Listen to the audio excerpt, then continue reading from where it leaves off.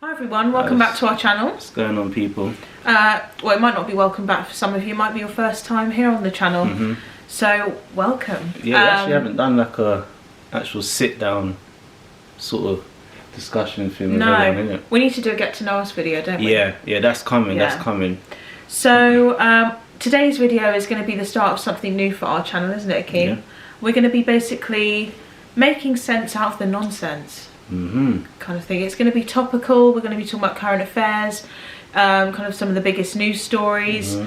We're both very interested in it, aren't we, Akeem? Yeah. We watch a lot of journalists, both mainstream kind of media journalists and social media, so like YouTube. Yeah. Everywhere, really. Lots of journalists. We've broadened our horizons. We go far beyond ITV and BBC and Channel 4. There's a wide repertoire of stuff out there. So we want to be a part of that. Obviously, I am a journalist myself.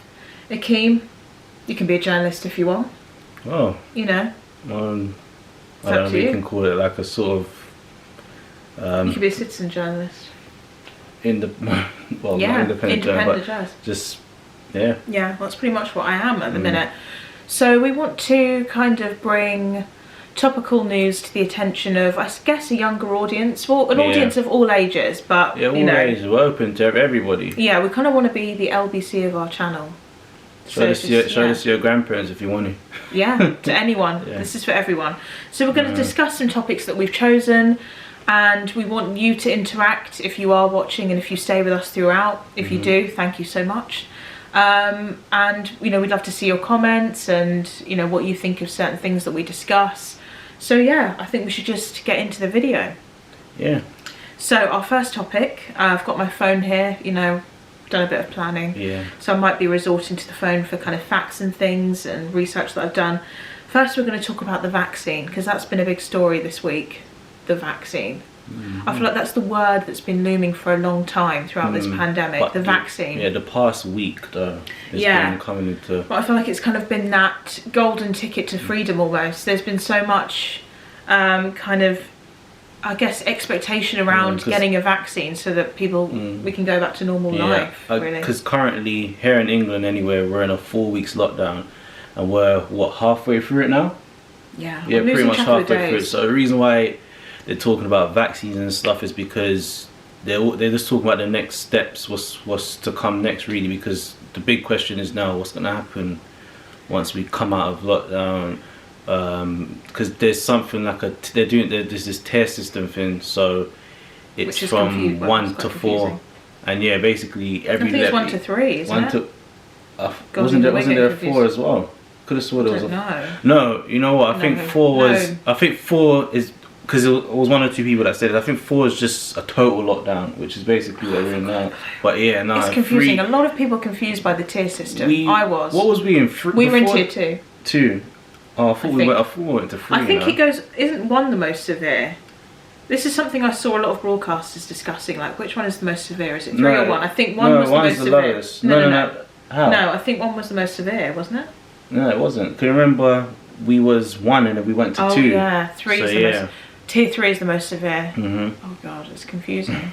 It's confusing. But anyways, man, they're doing what they're doing. They're talking about vaccines. This is the whole point of this thing that we're doing now. Makes sense out of nonsense, because what we realise is they're not really in the interest of the real world, like everybody. I think the pandemic has shown a lot when it comes to even media reporting, the facts that we get from the government. Obviously we've heard that certain statistics and figures aren't correct or are a bit, I don't know, I mean like what, 2-3 days after Boris Johnson made the first announcement on the, what was it, Halloween Saturday?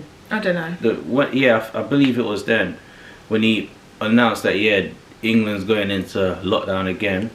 Like 2-3 days after that, that's when it came out that the graph that they showed that the, was it the chief, what they call it again, the chief, well, we've got the chief science officer, the chief science officer, and then the chief medical officer, that the graph weren't accurate. So I mean, I don't know, but anyway, moving on to the vaccine. Back to the vaccine.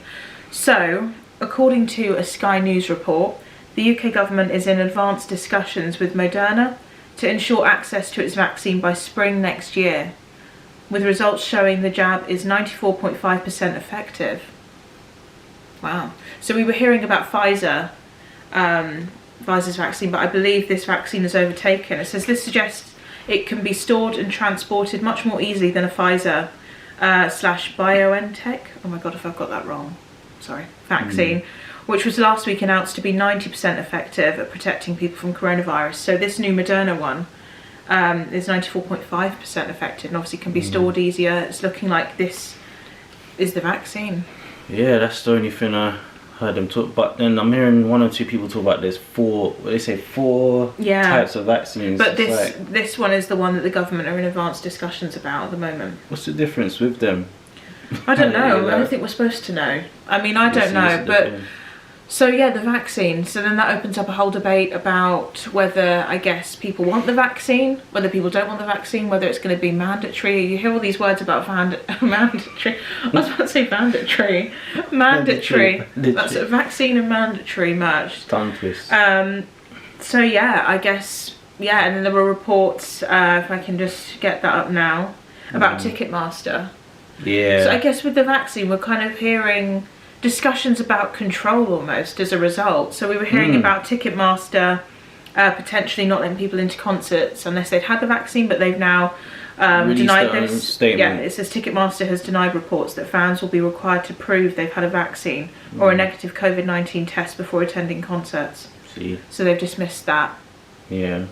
Yeah, so it's all very interesting. I mean, us personally, we don't want the vaccine, but that's just a personal choice. It's up to everyone. Yeah, of course. But with that came out of Ticketmaster, but then you do know. I feel like they're just gonna some sort of testing is gonna have to get done. If it's not them mandatory doing the vaccine to attend certain places, you would have to have. That's possibly what could happen though. Some sort of testing system or something. They try, obviously, track and trace scanning right now, which obviously is a complete shambles anyway, track and trace, but I don't know, I guess, feel like even if we get to spring of 2021 next year, isn't this going to be like everything that's dropped? I feel like for at least, I don't know, months, probably up to a year, they could say, for traveling, for instance, some sort of testing is gonna have to get done. It's gonna have to be that, which is annoying because it's like, obviously, me and you, we haven't been anywhere all year. We haven't flown out the country all year, but we still see what happens. You know, we see what happens when people fly because people are vlogging.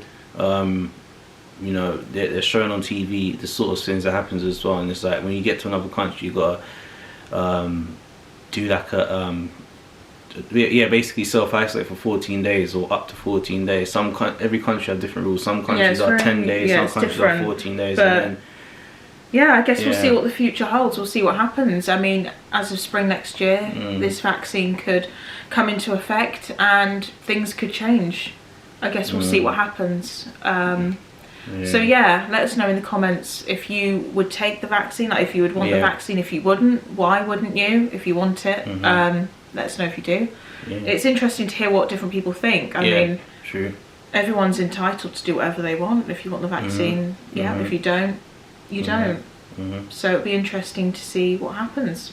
Yeah. So yes, moving on to the next story. So obviously Good Morning Britain this week interviewed Matt Hancock. Piers Morgan finally got what he wanted. He got to interview a senior government minister. In fact, I don't think they've had any MPs from the Conservative Party at all. No. I think, 200 and something days? I think it's been about 6 months. Yeah. And obviously Good Morning Britain dubbed it the government boycott. And obviously we're viewers, we've been watching it. We've seen them, continue to tally up the days that the government haven't been in. To talk to them, a lot of people were saying it's because Piers Morgan won't let a government minister get a word in edgeways, that he's just too much. Other people will say that it's kind of cowardly of the government. They should be held accountable. They should talk to every broadcaster, not just BBC and Sky. And then obviously there is the one big rumour this week that obviously the interview took place because Dominic Cummings had left Dominic Cummings obviously a huge influence. Yeah. And people are saying that Dominic Cummings and the former communications man were the reason why Good Morning Britain weren't getting the interviews. I don't know if that's true. I'm not sure if that's true or not, but people say it's quite a funny coincidence. Yeah, because I mean, it's not even a week since he's left, innit? Was it Friday? Was it Friday just gone when he walked out of the box? The box. You know, he's coming out, marching out, going to wherever he's going. Yeah. So, obviously, what did you think of the interview? I think we both kind of tuned in and watched, and we weren't Matt Hancock sure what to make of it. Piers Morgan. I thought it was a disaster. Yeah. I think it was a disaster. It was about 10-15 minutes long. I don't know. Apparently it was 20 minutes. Was it 20 minutes? Yeah. It went on for quite a while, and I didn't learn a thing. I didn't learn anything. No. Not a thing. Every question. They know how to sway around the questions and like. Yeah, it's difficult. There was no. They don't like to answer straightforward questions. When they don't have space to wiggle around, that's when they start to get. Problem is, I feel like. That's when they don't like it. And you can see the frustration in their face. I feel like the problem's on both sides, though. Yeah, I feel like obviously we want government transparency. We want them to be honest, and we know we're not always going to get the full, clear, honest answer. A lot of the answers will have been rehearsed. They'll be ready for some of the tough questions you're going to ask, and they'll know how to kind of strategically get around them. We see government ministers all the time kind of worming their way around, kind of getting around the question without answering the question. But I feel like, on the other hand, we had this whole kind of talking over thing, and. But then this is the thing: how much more can people rely on them? Like. Oh, absolutely not. I mean, watching Matt Hancock answer questions is painful. These are the sort of people that you wanna, just take everything. It's so difficult. Take every word from them and just say, yeah, that's what they said and no. It was a nightmare. I didn't feel like anything got answered. It was really awkward because they actually pulled up I think it was from March or just before the pandemic really kind of affected us here in the UK. Probably March. It was Matt Hancock speaking in Parliament, basically reassuring everyone that we were prepared. It was really reassuring looking back. If I had watched that looking back, I don't remember him saying that. I think the other day was the first time I'd seen it, but if I'd have seen that, I would have been like, no, there's no way it's coming here. Yeah. They've got control of it. It's fine. They know what they're doing. But God, yeah. So I mean, it was a bit of a disaster. I feel like on both parts, obviously, we have to kind of let them speak. As a journalist, it's your job to challenge and hold them accountable. But I don't know. A lot of people don't agree with the way Piers Morgan conducts interviews. Susanna sometimes doesn't get a word in edgeways. I don't know. I don't know, really. Obviously, No, Piers. The thing with Piers, he's just. First of all, it's the personality he has, and then it's a case of he's not letting people. He'll ask a question, and then he won't fully let the person respond. He'll get to a point where they answer, and if he hears something he doesn't like, then he cuts in. Whereas to just let the person just finish their question. It's so hard. And then you'll just like, what I don't like with him is just you'll start like just jumping down their throats and start like he's literally screaming at them. Yeah, I mean, it's a difficult one. Yeah. It's a really difficult one. And that's where his professionalism just moves away. It's like. And then there was that huge delay in sound. I mean, you could hear, once they'd asked the question, you could hear the question being repeated again because there was a delay in the sound. I think the whole thing was just a bit disastrous. We didn't learn anything. I mean, as a viewer, I learned nothing. Yeah. This is the second time Piers interviewed him, because the last time he interviewed Matt Hancock was, I think that one, no, that wasn't April, that was the last time was... God, that was terrible that time. I think it is April. I was gonna say June, but no, it was April. With Matt.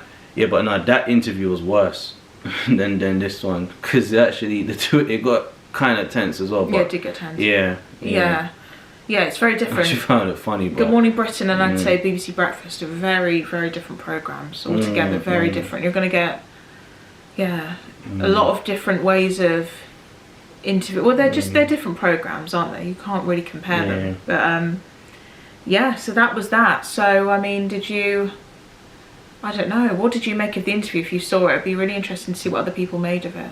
Yeah. Yeah, it was interesting. I thought it was a complete shambles. I don't think it was a good interview at all. I think they had Robert Jenrick this morning. I think he's the housing secretary. But I didn't catch that. You caught that. What's that?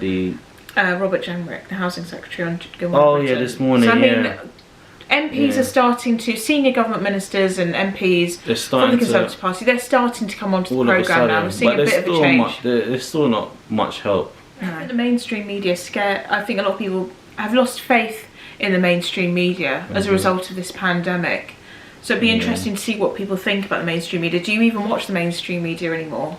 Or you result into new forms of media, say through the medium of like independent journalists on YouTube? It'd be really interesting to see what people think. Safe to say we've done that. Yeah, especially, I think I've started my own thing. Like, you know, I'll follow my channel, by the way. I'm going to be uploading more videos soon. I'll put my channel across bottom here somewhere. But she's got some good stuff. Yeah, covered a couple of protests, but I've still got way more to do on that channel. So it'll be interesting. More content soon. More content, as well. yeah. So yeah, anyway, our last topic of this video, and thank you for sticking with us if you're still with us. Eamonn and Ruth. Eamonn Holmes and Ruth. Yeah. Ruthie. Eamonn and Ruth, it's been reported, I don't know if it's been confirmed, no, but it's been reported that Eamonn and Ruth are set to leave this morning after 14 years. They're set to be replaced by Dermot O'Leary and Alison Hammond, who will become the show's first black host. Yeah. So yeah, it's been reported. I don't know if there's been any confirmation, but the rumour was that I think one of the producers, one of the senior members of the This Morning team were looking to kind of shake it up a little bit as part of their kind of drive to diversify the lineup a little bit, is what I'm hearing. So it's just a trend that most of these shows are doing now. Yeah. You know. Yeah. So I mean, yeah, I think. Do you guys, you know, comment and tell us? Do you think it's forced? Of course, it's good to see it, but you know, it's good to see it, and this is something I feel quite passionately about now, as someone who wants to go into the media. I feel like, I don't know, there's a part of me that feels like obviously the push for creating awareness around issues that affect black people is great, and there's been a lot of awareness. Obviously ITV have been one of the main broadcasters and really driving that forward. You know, they're kind of advocates for Black History Month now, and you know, they're commissioning different shows. ITV more than any of the other you know, stations. we saw an all-black panel on Loose Women. We've seen a lot of changes, but a part of me is just like, I don't know, it's great, it's good to see. I don't know how to word it. It's it's great. I know you're but I feel like, is it forced? Yeah, because especially this year, 2020, the amount of stuff we've seen, you know, from the George Floyd to the unexpected, well, not, you know, just all the random races. Racism's always been, of course. A lot's come to light this year. Yeah. So much has come to light. And obviously there is a need for diversity, but I feel like more so, not just on screen, also behind the scenes at the top. So although ITV are driving diversity, I want to know, as some of your senior members of staff, how diverse are your senior members of staff, the people at the top, the decision makers? That would be interesting. I feel like a change needs to come at the top first and foremost. Because what we've discovered that is actually a pyramid with who's at the top, who's here, who's just above that person, and the person above that person. Yeah, absolutely. You know, and it's like when you really check it out, you see the levels of the pyramid. And I mean, don't get me wrong, it's great to see. I'm not complaining. It's great to see. It's just the sincerity of it. It's just wanting to know that it's sincere and it's not forced. It's not a part of just protecting a brand or an image. That's my only hang up on it all. But it's great to see. Obviously, we can't complain. But in terms of Eamonn and Ruth, it says this report says they will reportedly continue to host the show when Holly Willoughby and Philip Schofield take their 6-week summer break. So they'll be back for the summer break. But obviously Fridays, which were their days, obviously they've been taken off of Fridays, and they will be replaced by Dermot O'Leary and Alison Hammond, who I love. I love Alison. Yeah. Alison's a character. I feel like, in particular, that the documentary she recently did, which I think was looking back at Black history, was amazing. I mean, it's stuff that we never learnt at school, and a lot of people relate. It, you know, it wasn't on the curriculum. No. It was amazing to see. That was still not a really good documentary. So it'll be really interesting to see how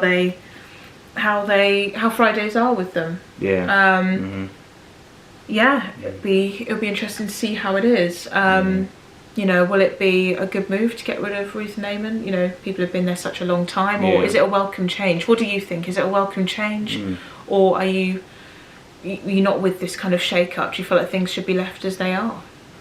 Interesting. Yeah.